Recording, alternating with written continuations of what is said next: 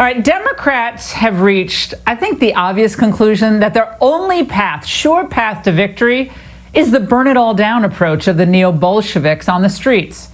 Joe Biden's team has formed common cause with those who not only seek the destruction of the nuclear family. If you don't believe me, check out BLM's website. They've actually decided that promoting racial hatred is the only way they can win. They know that Trump's policies, it's obvious, have delivered results for working people of all races, while theirs have largely failed. Now, the left hopes that by inflaming racial division and hiding their candidate, they could avoid a real debate on the issues. So over the weekend, the president responded with two powerful speeches to celebrate our independence and identify the domestic forces now threatening it. His remarks at Mount Rushmore reaffirmed America's identity and inspired millions of Americans who've basically been living in despair because of the 1-2 punch of the virus and the continuing riots. These radicals would tear down the very heritage for which men gave their lives to win the Civil War. They would tear down the principles that propelled the abolition of slavery and ultimately around the world, ending an evil institution that had plagued humanity for thousands and thousands of years. Our opponents would tear apart the very documents that Martin Luther King used to express his dream. They would tear down the beliefs, culture, and identity that have made America the most vibrant and tolerant society in the history of the earth. We will proclaim the ideals of the Declaration of Independence, and we will never surrender the spirit and the courage and the cause of July 4th, 1776. Upon this ground, we will stand firm and unwavering in the face of lies meant to divide us, demoralize us, and diminish us.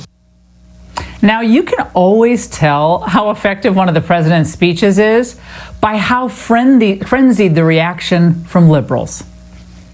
I actually thought it was some fantasy. He's just desperate. There was a lot about history, about God and our great country, much of it very ominous. There was no attempt here to unify the country. It was just a divisive message. The president threw down the cultural war gauntlet in defense of dead white men. Inflammatory, hateful, watching it, you realize how disturbed and how disturbing this president really is. You notice I described liberals, and Kasich and Jennifer Rubin are among them. You bet. Now, if lying was an Olympic sport, these folks would be draped in gold medals. In moments of rare candor, they know that Trump beats Biden hands down on jobs and wages for African Americans. Trump beats Biden on education. He favors liberation for parents and students who are stuck in bad schools. Trump beat Biden on prison reform. Obama and Biden both talked a good game. They didn't get it done. And of course, Trump has done something that Biden never did. He has actually hired and promoted African Americans and other minorities across as many businesses. Now, where Biden and Democrats are content to patronize African Americans with these meaningless symbolic gestures, conservatives actually believe that minorities want what all people want: a fair chance at prosperity and to pursue their happiness in freedom and safety. Trump knows this is only possible with a vibrant, growing economy where all criminals are prosecuted. Meanwhile, Biden thinks he can surf to victory on racial anger stoked by mobs, many of whom are white, who would rather see every city in America burn than a second Trump term. Now, this requires a massive effort to lie and defame, one that an honest press would have exposed long ago. Now, as I've said before, instead of covering the Democrats, the media cover for them. Their tactics and their toxic associations I'm talking about. So long as the end game of any activist or politician is to rid America of Trump, the press will excuse all manner of falsehoods, hypocrisy, and even criminality. So to stoke racial tension, the Biden campaign requires a massive effort to lie and defame, one that, of course, would have already been exposed long ago.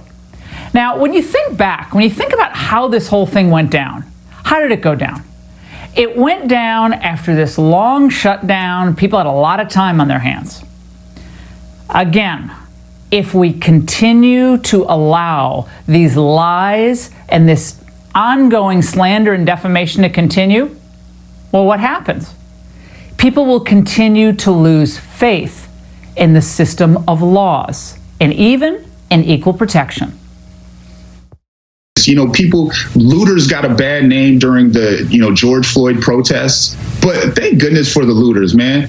You have a place called Target. You have a store called Target. You're going to be a target. These places have absolutely contributed to the oppression. Now, the left is even trying to get the Broadway sensation Hamilton canceled. If you think that's wacky, it is. That's right. There is a cancel Hamilton hashtag out there. Now, never mind that all the key roles, including those of Alexander Hamilton and George Washington, are played by people of color in the musical. Critics say it glosses over key facts. They claim Hamilton was not an abolitionist and traded slaves for his in-laws. The mere fact that it celebrates the founding era in any positive way to good music is ample reason for the left to call for its cancellation. Now, the only thing at this point that's sacred to them is the notion that if you're a leftist, you cannot be questioned or prosecuted for crimes. Yeah, ends justify the means? You bet they do. Past grievances mean never having to say you're sorry. The media will give you a pass for anything. At the same time, they spy racism around every corner. Smollett says he was assaulted by two masked men who yelled out racial and homophobic slurs. Police are investigating the incident as a possible hate crime. A horrifying racist incident. Heinous, Ugly, crude, and cowardly way. Hate crime. NASCAR is investigating a horrible incident. A noose was found in the garage stall of Bubba Wallace. Much as NASCAR may try to distance itself from that, it's a living, breathing part of their sport. Oh, and then when Trump calls him on it, albeit via an inartfully worded tweet, he becomes the target. Do you believe the president sees racism as a potential path to re-election? Look, there's no doubt that, and I've said this before, this president, his political calculus is all about division, not addition. And why does the left do all this? Well, simple. To deflect from the Democrats' own horrific record on race, the economy, and crime. This is now a third week in a row where we have seen children shot and killed here. It's part of a weekend where we saw more than 60 people shot and over a dozen people killed. So just point blank, what is happening right now?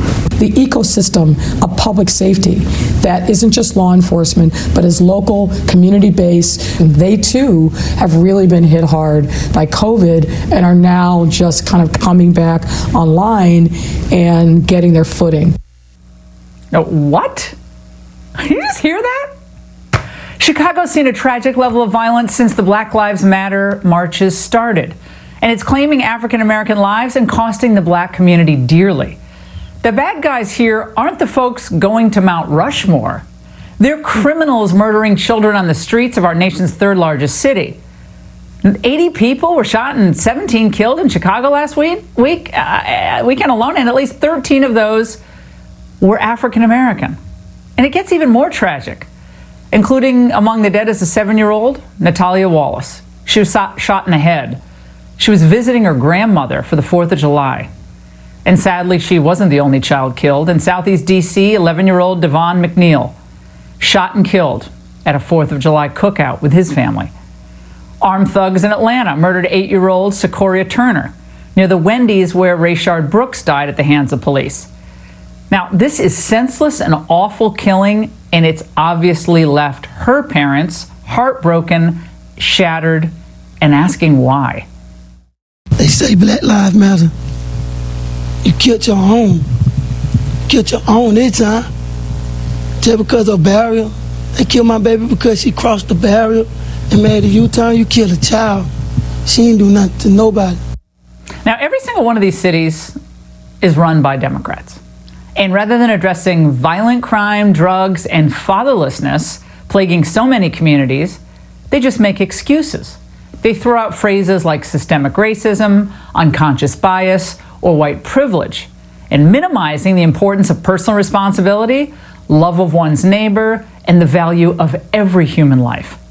So rather than insisting on law and order, safety in every community, including African American communities, this is the best they can offer. We talk about systemic racism and the trauma and the anxiety, and you think about the leadership or the lack thereof that we have coming from the highest office in the land. I think that you are seeing so many emotions play out, and so too often it's playing out in violence in our streets. Emotions are playing out?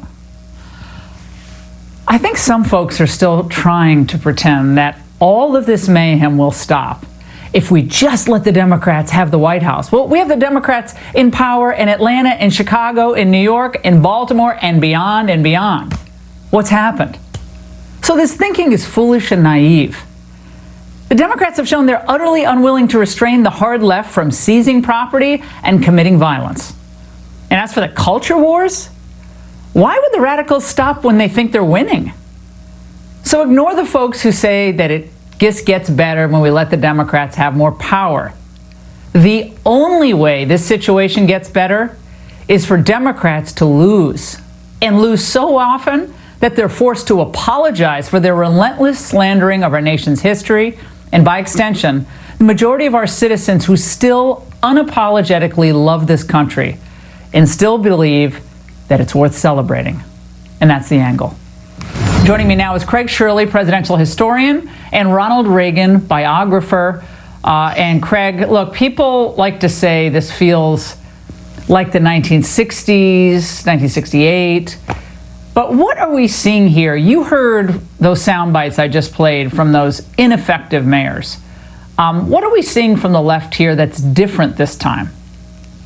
I think there's more of a mindlessness, irresponsibility today than there was in the 1960s. At least it was protests against the Vietnam War. But, you know, in some ways it was worse then, because we had, you know, something on the order of 20, 30 GIs dying in Southeast Asia every year.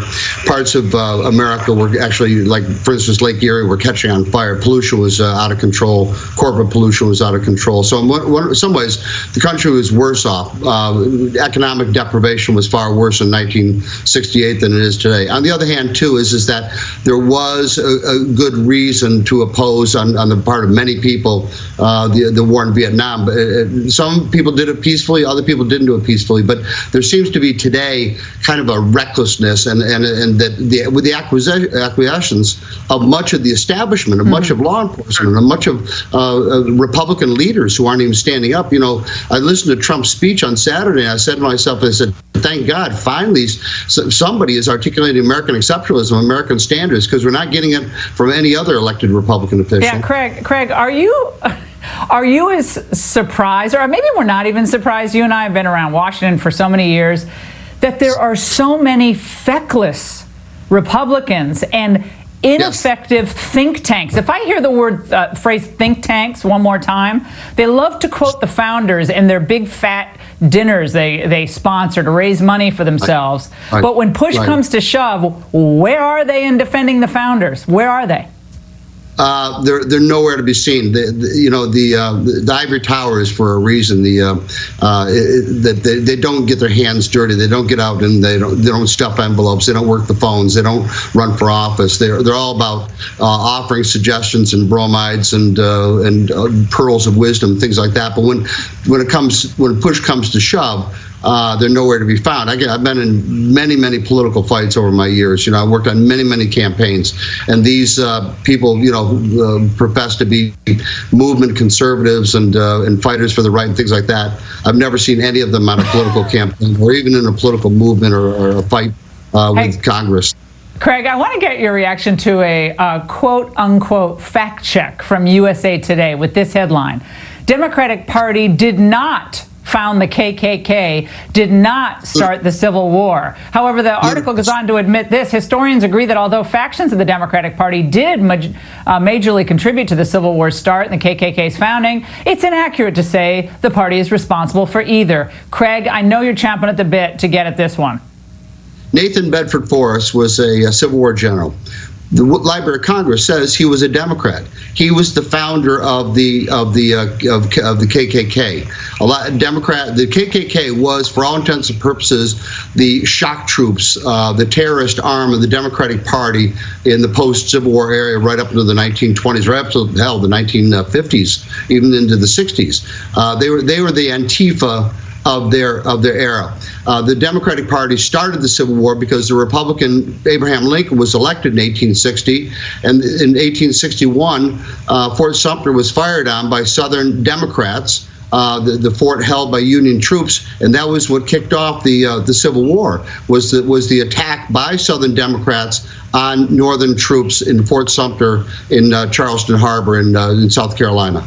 Yeah, the USA Today thing. I read that piece and I just shook my head. I'm thinking, this is the perfect example of why the left is so dangerous, because they will lie about anything to achieve power. And that's perfectly in line with the Angle's title, why they lie. This is the only way they can get power, by distorting history and toppling statues. I guess they think that's the future. Craig, we're going to have you back real soon. There's a lot we have to go through with you. Thank you so much.